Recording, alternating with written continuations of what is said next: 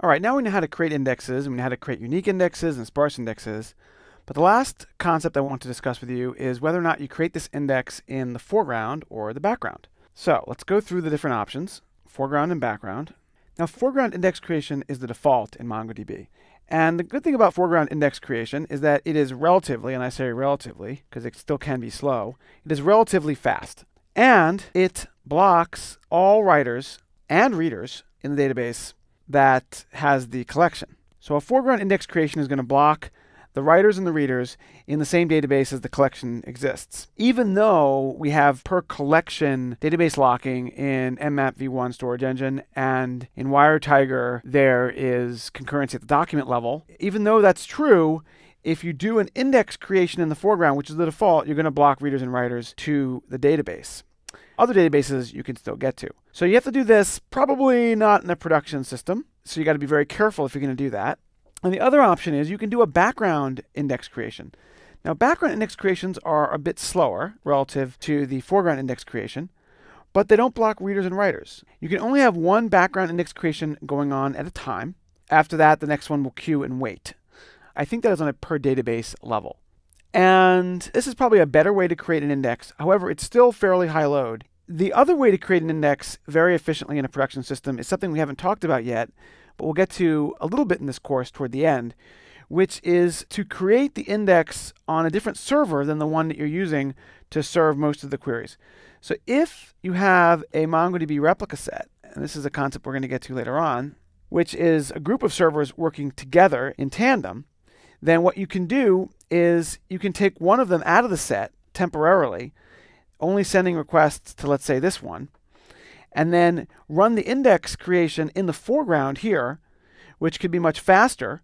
And then after the index creation is finished, then you can bring him back in the set, and you can rotate around which server takes most of the requests. And in doing this, you can create an index in the foreground on a server without creating any performance penalty from the application standpoint that's talking to this cluster of database servers.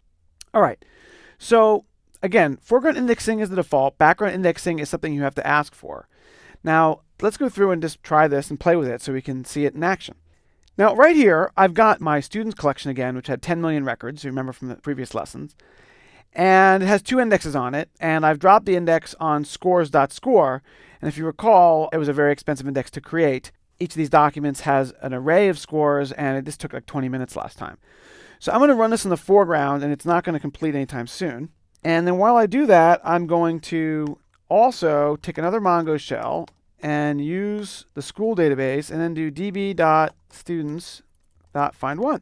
And you can see that I am, in fact, completely blocked. I'm getting nothing from the database. Blocked. It's too bad. Not blocked from other databases. So there, I killed it. Killed that request. If I'm in the test database and I do db.employees.find, which I think is a collection that should still be there, then you can see I can access that just fine. It's in a different database. Okay, so let's go back and run this in the background now and then see if that works better. So I'm going to kill this index creation in the foreground. I hit Control-C in the shell. It offered to kill the op. I said yes. Seems to have killed the shell as well, which is fine. And then I'm going to run Mongo. I'm going to use school again. And now I'm going to create this index in the background. So let's confirm that there is no index, first of all. All right, so there's no index on scores.score. So that's good. So let's create one.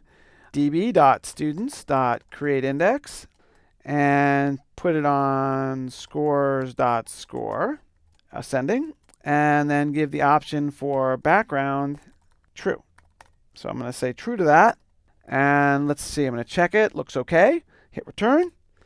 And now it's going to go off and do this in the background. Pretty darn slow. I'm still not going to get an immediate response from the shell. It's not going to background the actual operation from the shell standpoint. But now that I've done that, I'm going to use school again and then do db.students.find1.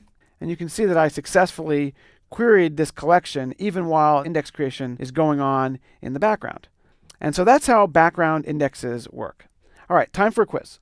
Which of the following are true about creating an index in the background in MongoDB? Check all that apply. And here are the choices. MongoDB instance can only build one background index at a time per database.